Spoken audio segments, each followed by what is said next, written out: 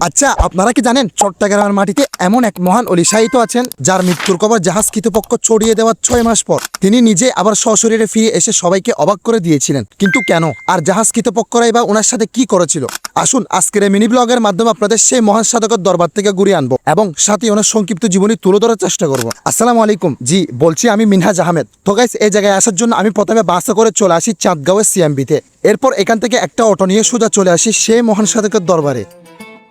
তো চলুন এবার ওনার ইতিহাস জেনে আসি। মূলত এই মাজারটি হচ্ছে আধ্যাত্মিক জগতের এক মহান সাধক হযরত পীর আলী আনারউল্লাহ শাহ হাজী আলাইহি রহমা এর মাজার। ইতিহাস থেকে জানা যায় ওনার বাড়ি ছিল সুদূর ইয়েমেনে এবং তিনি 360 আউলিয়ার সাথেই এই বাংলার জমিনে এসেছিলেন। শুরুতে তিনি সিলেটে অবস্থান করে, কিন্তু পরবর্তীতে তিনি হযরত শাহজালাল ইয়ামিনী আলাইহি রহমা এর নির্দেশে চট্টগ্রামে এসে ইসলাম প্রচার শুরু করেন এবং এখানে এসে তিনি স্থানীয় তালুকদার পরিবারের সাথে বিবাহ বন্ধনে আবদ্ধ হন। এরপর এই এলাকাকে নিজের নতুন ঠিকানা বানিয়ে বসতি স্থাপন শুরু করেন।